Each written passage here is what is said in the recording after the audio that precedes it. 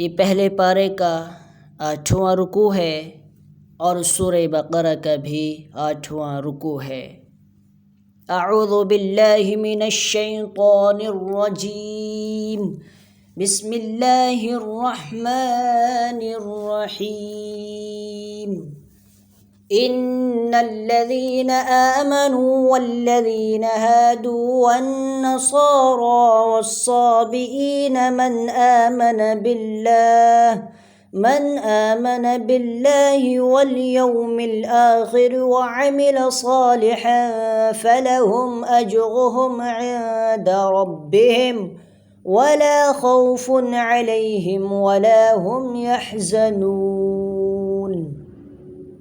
حق تو یہ ہے کہ جو لوگ بھی خواہ وہ مسلمان ہوں یا یہودی یا نصرانی یا صابی، اللہ اور آخرت کے دن پر ایمان لے آئیں گے اور نیک عمل کریں گے، وہ اللہ کے پاس اپنے اجر کے مستحق ہوں گے اور ان کو نہ کوئی خوف ہوگا نہ وہ کسی غم میں مبتلا ہوں گے۔ تفسیر۔ بنی اسرائیل پر اللہ تعالیٰ کے انعامات اور ان کی نافرمانیوں کے تذکرے کے بیچ میں یہ آیت کریمہ بنی اسرائیل کے ایک باطل گھمنڈ کی تردید کے لیے آئی ہے۔ ان کا عقیدہ یہ تھا کہ صرف انہی کی نسل اللہ کے منتخب اور لاڈلے بندوں پر مشتمل ہے، ان کے خاندان سے باہر کا کوئی آدمی اللہ کے انعامات کا مستحق نہیں ہے۔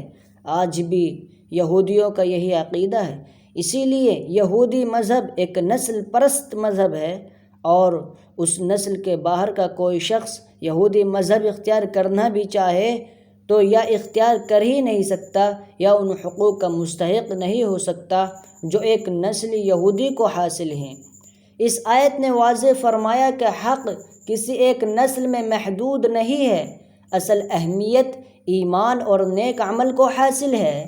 جو شخص بھی اللہ اور آخرت پر ایمان لانے اور عمل صالح کی بنیادی شرطیں پوری کر دے گا، خواہ وہ پہلے کسی بھی مذہب یا نسل سے تعلق رکھتا ہو، اللہ کے نزدیک اجر کا مستحق ہوگا۔ یہودیوں اور نصرانیوں کے علاوہ عرب میں کچھ ستارہ پرست لوگ رہتے تھے جنہیں صابی کہا جاتا تھا، اس لیے ان کا بھی ذکر کیا گیا ہے۔ یہاں یہ بھی واضح رہے کہ اللہ پر ایمان لانے میں اس کے تمام رسولوں پر ایمان لانا بھی داخل ہے، لہذا نجات پانے کے لیے رسول اکرم صلی اللہ علیہ وسلم پر ایمان لانا بھی ضروری ہے، چنانچہ پیچھے آیت نمبر 40 اور 41 میں۔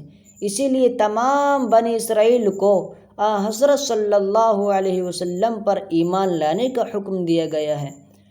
وَإِذْ أَخَذْنَا مِيثَاقَكُمْ وَرَفَعْنَا فَوْقَكُمُ الطُّورَ خُذُوا مَا آتَيْنَاكُمْ بِقُوَّةٍ وَاذْكُرُوا مَا فِيهِ لَعَلَّكُمْ تَتَّقُونَ۔ اور وہ وقت یاد کرو جب ہم نے تم سے توریت پر عمل کرنے کا عہد لیا تھا اور کوہ طور کو تمہارے اوپر اٹھا کھڑا کیا تھا کہ جو کتاب ہم نے تمہیں دی ہے اس کو مضبوطی سے تھامو اور اس میں جو کچھ لکھا ہے اس کو یاد رکھو تاکہ تمہیں تقوی حاصل ہو۔ تفسیر۔ جب حضرت موسیٰ علیہ السلام توریت لے کر آئے تو بنی اسرائیل نے دیکھا کہ اس کے بعض احکام بہت سخت ہیں، اس لیے اس سے بچنے کے بہانے تلاش کرنے شروع کر دیے۔ پہلے تو انہوں نے کہا کہ اللہ تعالی ہم سے خود کہے کہ توریت پر عمل کرنا ضروری ہے۔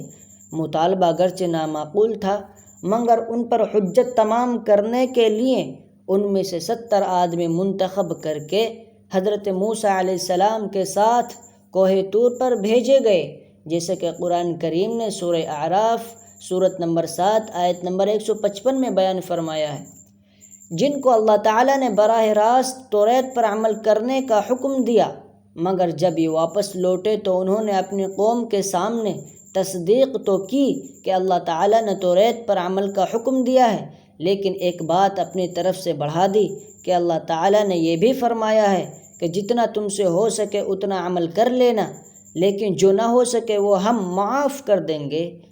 چنانچہ توریت کے جس حکم میں بھی انہیں کچھ مشکل نظر آتی وہی بہانہ تراش لیتے کہ یہ حکم بھی اسی چھوٹ میں داخل ہے۔ اس موقع پر اللہ تعالیٰ نے کوہ طور ان کے سروں پر بلند کر دیا کہ توریت کے تمام احکام کو تسلیم کرو۔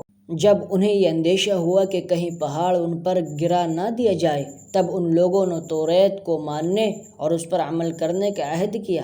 اس آیت میں اسی واقعے کی طرف اشارہ ہے کہ کوہ طور کو ان کے سروں پر بلند کرنے کی یہ صورت بھی ممکن ہے کہ پہاڑ کو اپنی جگہ سے ہٹا کر ان کے سروں پر معلق کر دیا گیا ہو، جیسا کہ حافظ بن جریر رحمہ اللہ نے متعدد تابعین سے نقل کیا ہے۔ اور ظاہر ہے کہ اللہ تعالیٰ کی قدرت سے یہ کچھ بھی بعید نہیں، یعنی دور نہیں، اور یہ بھی ممکن ہے کہ کوئی اور ایسی صورت پیدا فرما دی گئی ہو کہ ان لوگوں کو ایسا محسوس ہوا ہو کہ پہاڑ ان پر آ گرے گا۔ مثلاً کوئی زلزلہ آ گیا ہو جس سے انہیں ایسا لگا کہ پہاڑ گرنے والا ہے۔ چنانچہ سورہ اعراف آیت نمبر 171 میں اس واقعے کے بارے میں یہ الفاظ ہیں: وَإِذْ نَتَقْنَا الْجَبَلَ فَوْقَهُمْ كَأَنَّهُ ظُلَّةٌ وَظَنُّوا أَنَّهُ وَاقِعٌ بِهِمْ۔ اس میں لفظ نطق استعمال ہوا ہے جس کے معنی لغت میں زور زور سے ہلانے کے آتے ہیں۔ دیکھیے قاموس اور مفردات القرآن۔ لہٰذا آیت کا یہ ترجمہ بھی ممکن ہے کہ جب ہم نے پہاڑ کو ان کے اوپر زور سے اس طرح ہلایا کہ ان کو یہ گمان ہوا کہ وہ ان پر گر پڑے گا۔ یہاں یہ بات واضح رہے کہ کسی شخص کو ایمان قبول کرنے پر تو زبردستی مجبور نہیں کیا جا سکتا، لیکن جب ایک شخص ایمان لے آئے تو اسے نافرمانی پر سزا بھی دی جا سکتی ہے، اور ڈرایا دھمکا کر حکم ماننے پر آمادہ بھی کیا جا سکتا ہے۔ بنی اسرائیل چونکہ ایمان پہلے لا چکے تھے، اس لیے ان کو اللہ کے عذاب سے ڈرا کر فرما برداری پر آمادہ کیا گیا ہے۔ ثم توليتم من بعد ذلك فلولا فضل الله عليكم ورحمته لكنتم من الخاسرين۔ اس سب کے باوجود تم دوبارہ راہ راست سے پھر گئے، چنانچہ اگر اللہ کا فضل اور رحمت تم پر نہ ہوتی تو تم ضرور سخت نقصان اٹھانے والوں میں شامل ہو جاتے۔